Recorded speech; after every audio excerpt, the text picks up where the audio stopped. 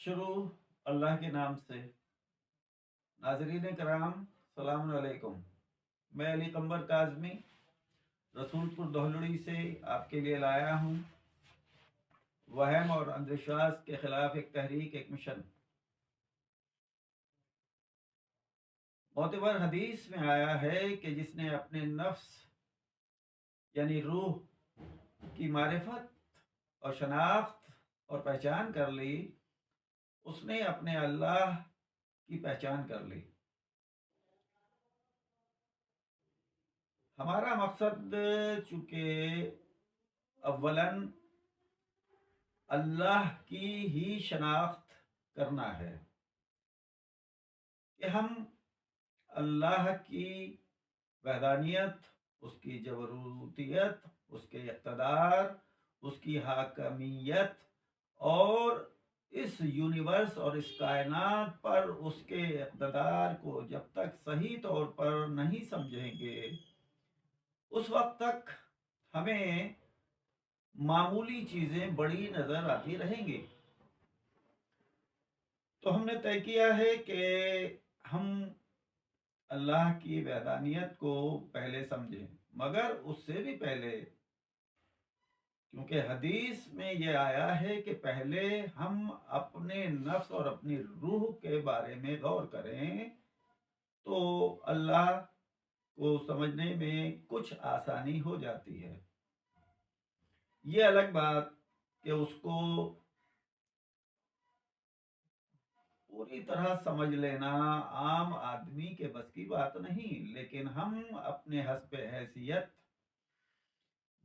और अपने इल्म के एतबार से जितना बेहतर से बेहतर समझ सकते हैं उतना ही हम दूसरी चीजों को भी समझ सकते हैं। तो आइए हम पहले अपने आप पर थोड़ा सा गौर कर लें। बकौल अल्लामा जवादी, हमारा जिस्म 3 मंजिला इमारत है। इसकी पहली मंजिल दिमाग, दूसरी मंजिल दिल और तीसरी मंजिल बदन के तमाम हिस्से हैं। फिलोसफर्स का कहना है कि इंसान जब किसी काम का इरादा करता है तो पहले उस काम के नफे नुकसान पर गौर करता है, इसके बाद उस ख्याल को दिल के हवाले कर देता है। अगर दिल ने इस काम को करने में फायदे का यकीन कर लिया तो फिर हाथ पांव और सारे बदन की ताकत उस काम को करने के लिए आमादा हो जाती है, वरना फिक्र सिर्फ ख्याल बनकर रह जाती है। हमारे हाथ पांव दिल के हुक्म पर हरकत करते हैं, दिमाग के नहीं।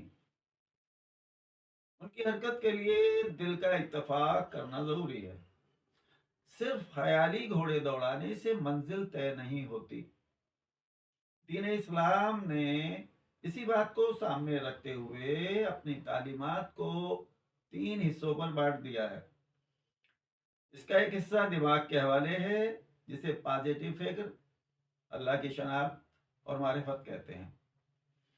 दूसरा हिस्सा दिल और बातिन के हवाले किया है, जिसे अकीदा और यकीन कहते हैं।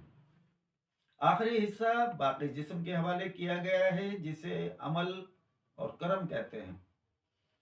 इसके बाद कारोबारी जिंदगी को इस तरह तय किया कि हर अच्छे और पॉजिटिव काम को दिमाग से शुरू करके अमल और कर्म पर खत्म करना होता है।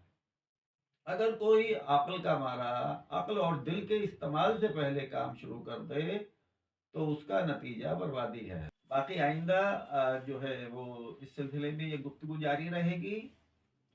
उम्मीद है कि आप इस गुफ्तगू को, हमारी तहरीक को समझेंगे और दूसरों को भी समझाने में माशरे की मदद करेंगे।